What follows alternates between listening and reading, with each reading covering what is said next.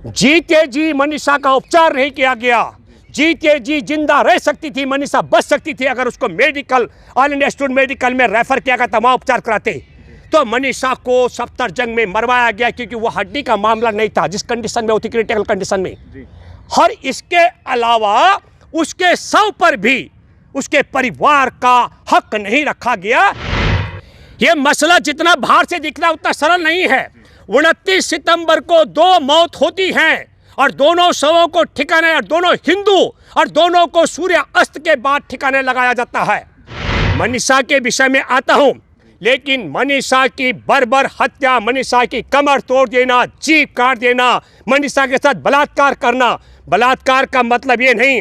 2013 के कानून को आईजी को पढ़ना चाहिए, मिस्टर मोडिया को, जिन्होंने कहा बलात्कार नहीं हुआ। 2013 में जो कानून में संशोधन हुआ उसके मुताबिक है, बलात्कार करने वाले बलात्कार करते समय असफल भी हो जाएं, लेकिन वो बलात्कार माना जाएगा। मैं देशवासियों से आपसे कहना चाहता हूं, इन संघियों की न बेटियां न बेटी, इनके संगठन में बेटियों के लिए कोई स्थान नहीं है। आरएसएस में कभी किसी महिला को प्रमुख नहीं बनाया जाता सुरेंद्र जी, और सम्मान भी नहीं है। और अगर हमारी पार्टी का कोई नेता बलात्कार में इन्वॉल्व पाया जाएगा तो संत चिन्मयानंद की तरह बचाया जाएगा। और यदि कोई विधायक किसी पीड़िता के कारण फंस जाए तो जेल में उसे मौज मस्ती कराया जाएगा। और अगर किसी छोटी जाति के साथ भी हमारा संघियों का समर्थक गिरोह फंस जाए तो मनीषा की तरह पूरा शव को ठिकाने लगाया जाएगा, पोस्टमार्टम रिपोर्टों के साथ खेला जाएगा। और जहां डॉक्टर बचाने के लिए एम्स भेजे, उसकी बजाय मौत के लिए मुंह में धकेलने के लिए सफ्दरजंग पहुंचाया जाएगा और शव को ठिकाने लगाने के लिए पेट्रोल और डीजल से जलाया जाएगा। यह संदेश दिया है। मैं आपके माध्यम से एक बात कहना चाहता हूं, हाथरस की घटना को लेकर आज पूरा देश शर्मसार हो रहा है। देश ही नहीं, विदेशों तक ये खबर पहुंच रही है, तो इसको किस नज़र से देखते हैं रावत जी आप? नज़र के सुरेंद्र जी, जो आपका सवाल है, दुख और अफसोस की बात है कि उत्तर प्रदेश की योगी सरकार ने एसआईटी का गठन किया जी। और एसआईटी की जांच के नाम पर वहाँ पर जा कर के पीड़िता की माँ से, पीड़िता की अब मृतका हो चुकी है, उसकी माँ से बार बार एक ही बात कही गई। उस परिवार से कहा गया कि देखिए आपके बैंक में कितना पैसा आ चुका है जी। आप चुप हो जाइए, अपनी जुबान बंद कर दीजिए। ये इससे आप समझ लीजिएगा कि इस पूरी परिस्थिति को कैसे आप समझते हैं। मैं यहाँ से शुरुआत करता हूँ। डीएम परवीन कुमार ने दावा किया कि हमने उस बच्ची का दाह संस्कार उनके परिजनों की मौजूदगी में किया। जो आपने सवाल किया, देश और दुनिया के मित्रों, मैं आपको बताना चाहता हूँ कि जिला अधिकारी परवीन कुमार ने दावा किया कि दाह संस्कार हाथरस की बेटी का, या भारत की बेटी का, जिसका हाथरस में बर्बरता के बाद एक तरीके से दिल्ली लाकर हत्या कर दी गई, उसके शव को ठिकाने लगाने वाले जिला अधिकारी ने कहा कि ये सब उसके परिवार के लोगों की मौजूदगी में हुआ। हमारे देश के तमाम पत्रकारों के कैमरे लगे हुए थे, हम सब लोग टकटकी लगा के टीवी के आगे बैठे हुए थे, उस गांव के जागरूक लोग भी खड़े थे और शासन प्रशासन के लोग भी थे, पुलिसकर्मी भी थे। हमने साफ साफ देखा, आप सब लोगों ने देखा कि पीड़िता के परिवार के लोग कमरे में बंद थे और पेट्रोल डाल करके देर रात को एक हिंदू लड़की को योगी सरकार ठिकाने लगवा रही थी। और कहा, दावा किया गया कि ये सब उनके परिजनों के सामने किया गया है। तो मैं ये कहना चाहता हूँ, एक भी कैमरा का रिकॉर्ड ऐसा आ जाए जिसमें जिस समय वो पेट्रोल छिड़क रहे थे उसके शव पर, मनीषा वाल्मीकि के शव पर, जिस समय उसके शव पर वो डीजल छिड़क रहे थे, आग लगा रहे थे, उस समय उसके पिता, उसके भाई, उसकी माँ, भाभी कोई वहाँ पर हो। एक वीडियो परवीन कुमार, योगी आदित्यनाथ और नरेंद्र मोदी पेश कर दे, मैं मान जाऊँ।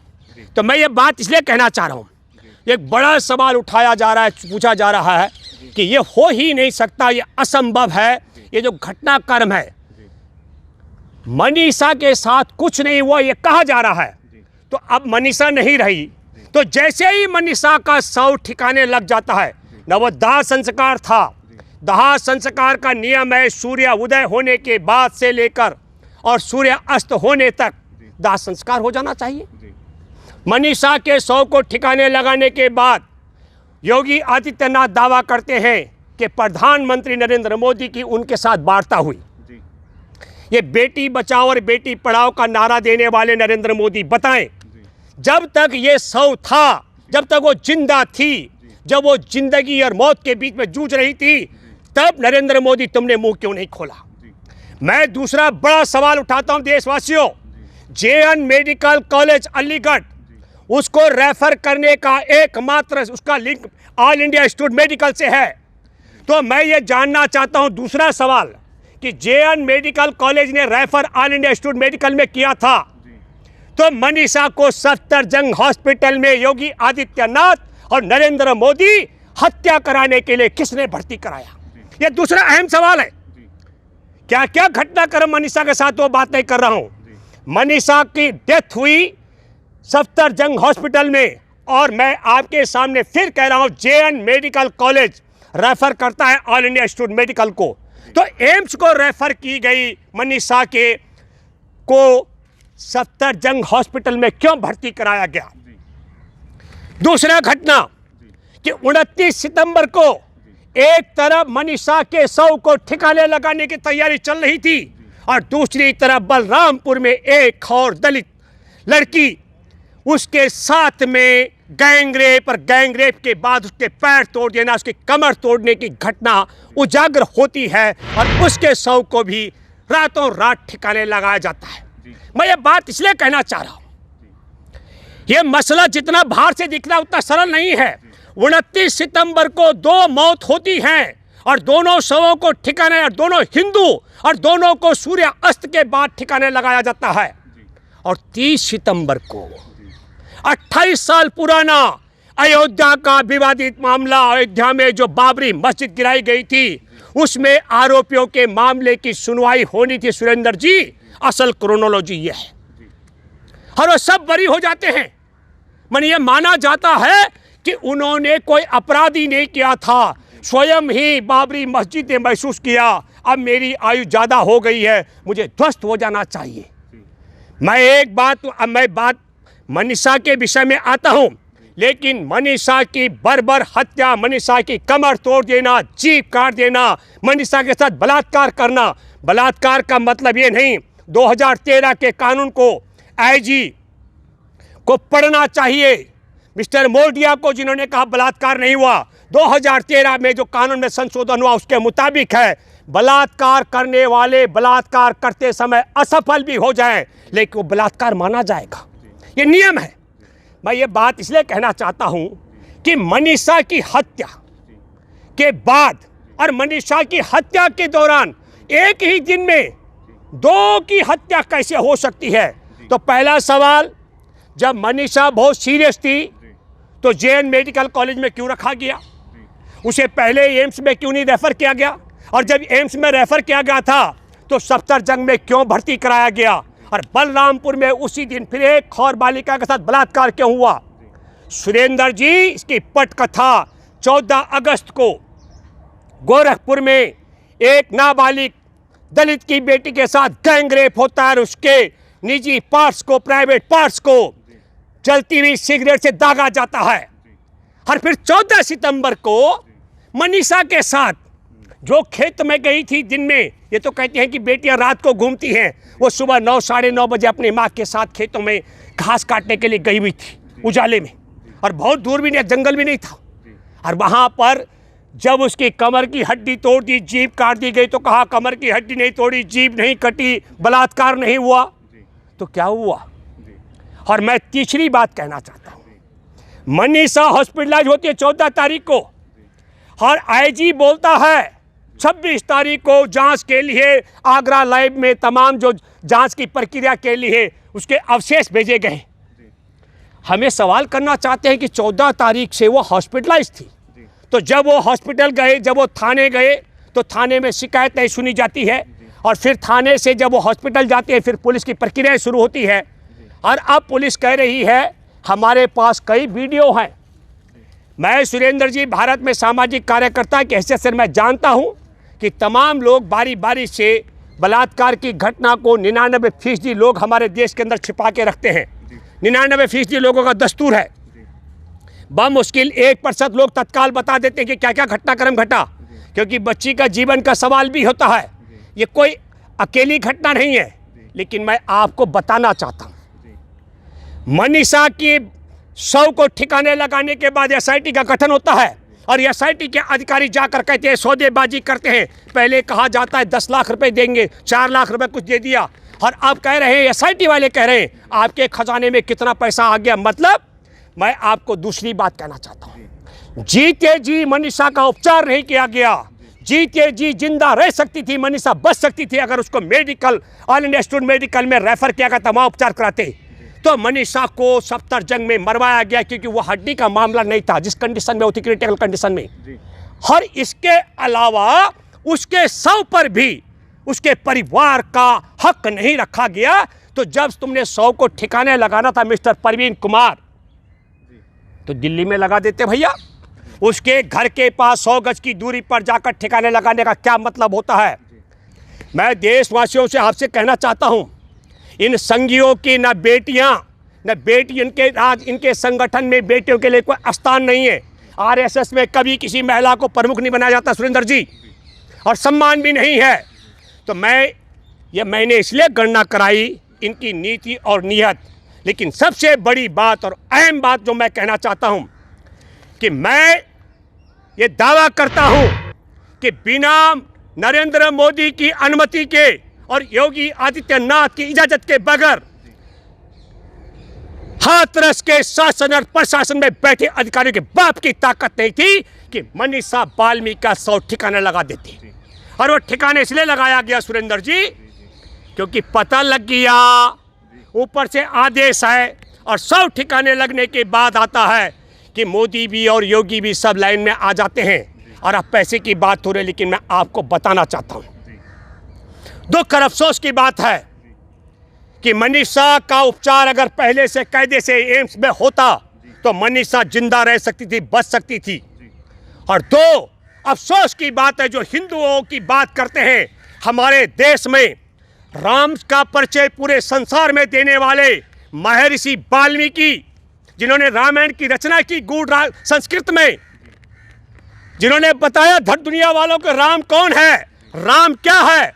और आपने देखा इस कोरोना काल में नरेंद्र मोदी भी लोहे के पिंजरे में बंद था, योगी आदित्यनाथ भी ताले लगे हुए थे देश के अंदर, और देश को बचाने वाला, मानव सभ्यता को जिंदा रखने वाले महर्षि वाल्मीकि के अनुयायी हर घर से सफाई करते हुए देश को जिंदा रखने का काम किए।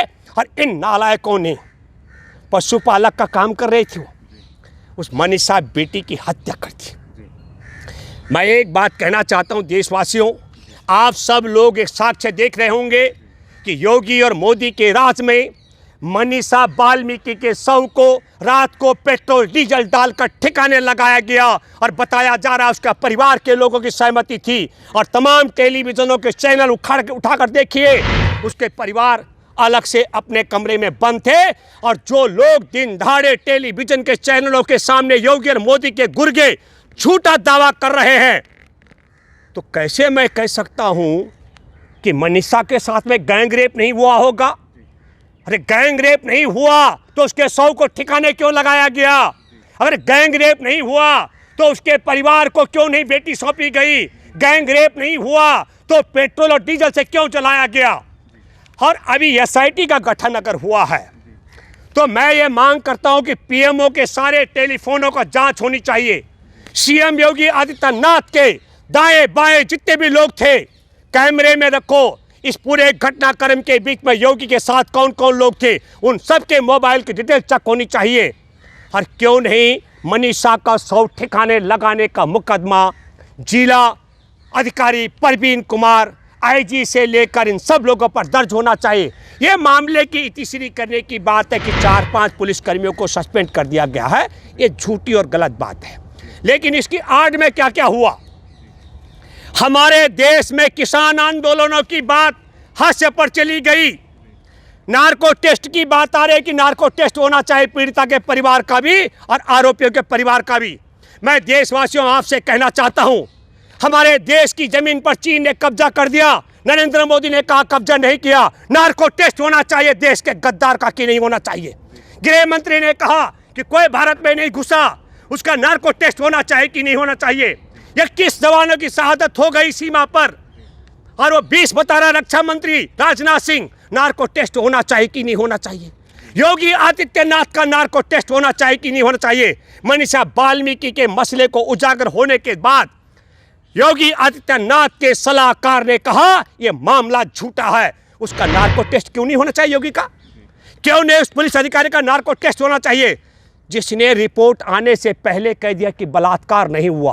वो कानून का भी जानकार नहीं है, लेकिन उसकी नीति और नीयत साफ है। और मैं आपके माध्यम से देशवासियों से अपील करना चाहता हूं, 10 जनवरी को 8 साल की बच्ची कठुआ में अपहरण हुआ और उस बच्ची के साथ में गैंग रेप हुआ, मंदिर में रख करके और 4-5 दिन तक भूखा प्यासा रख करके। मैं बधाई देना चाहता हूं पंजाब के उन जजों को जिन्होंने उन अपराधियों को सजा दी।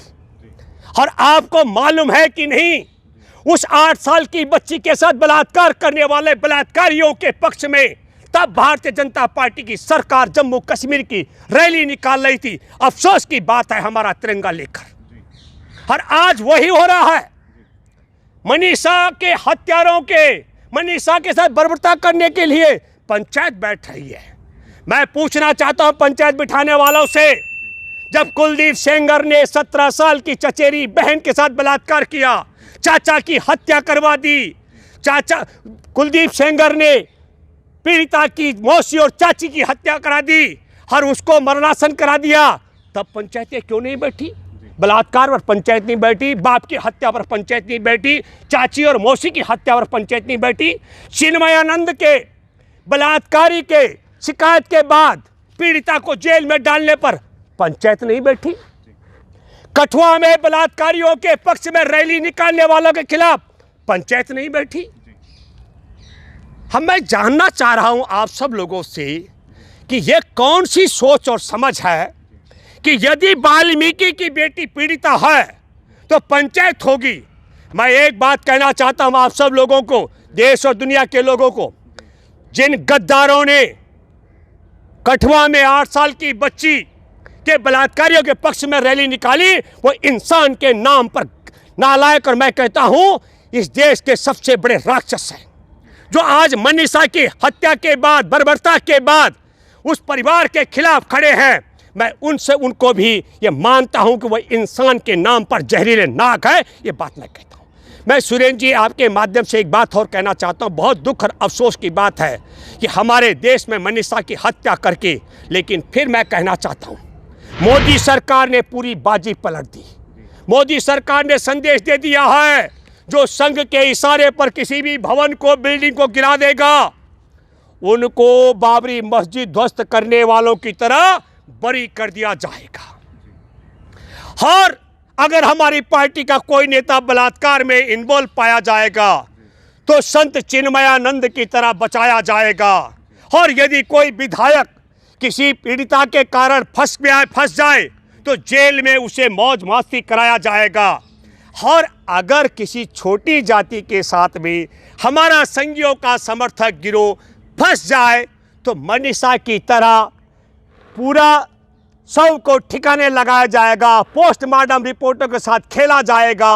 और जहां डॉक्टर बचाने के लिए एम्स भेजे, उसकी बजाय मौत के लिए मुंह में धकेलने के लिए सफदरजंग पहुंचाया जाएगा और शव को ठिकाने लगाने के लिए पेट्रोल और डीजल से जलाया जाएगा। ये संदेश दिया है। मैं आपके माध्यम से एक बात कहना चाहता हूं, हमारे देश में किसानों के मामले को ख़त्म कर दिया।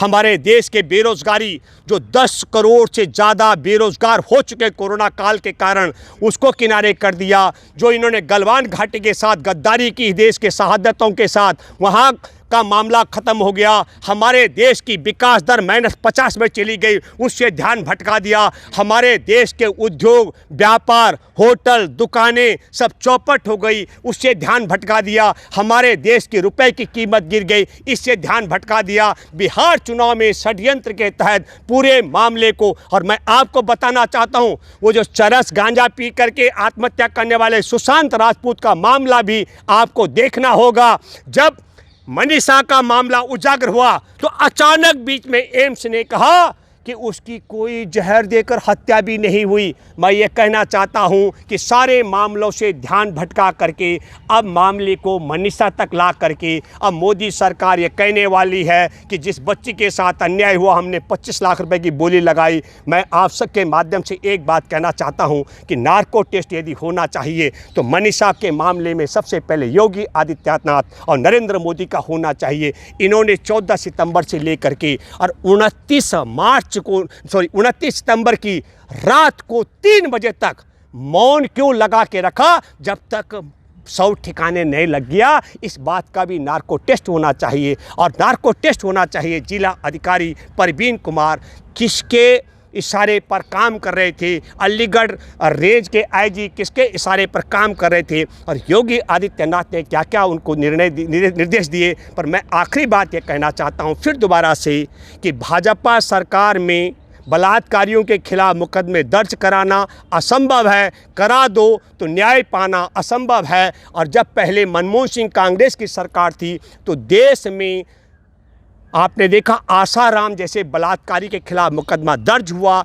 बड़ी सहजता के साथ बिना धरना प्रदर्शन की, और बलात्कारी को जेल में डाला गया। ये बात भी हमको नहीं पूछनी चाहिए। और मुख्य मुद्दों के साथ साथ में बेटियों का मुद्दा प्रमुखता से उठना चाहिए। ये न केवल मनीषा वाल्मीकि का मामला है, ये न केवल सेंगर परिवार की उस गरीब बेटी का मामला है जिसने कुलदीप सेंगर को जेल कराया, न केवल आसाराम की पीड़िता बलात्कार का मामला है, न केवल चिन्मयानंद की पीड़िता वो ब्राह्मण परिवार के उसका मामला है। हमारे देश में बेटियों का इज्जत खतरे में है संघ के राज में, ये बात मैं मानता हूँ। अगर आपने अभी तक हमारा चैनल सब्सक्राइब नहीं किया है तो सब्सक्राइब करें और घंटी का बटन बिल्कुल भी दबाना ना भूलें ताकि सभी लेटेस्ट खबरें पहुंच सकें आप पे सबसे पहले।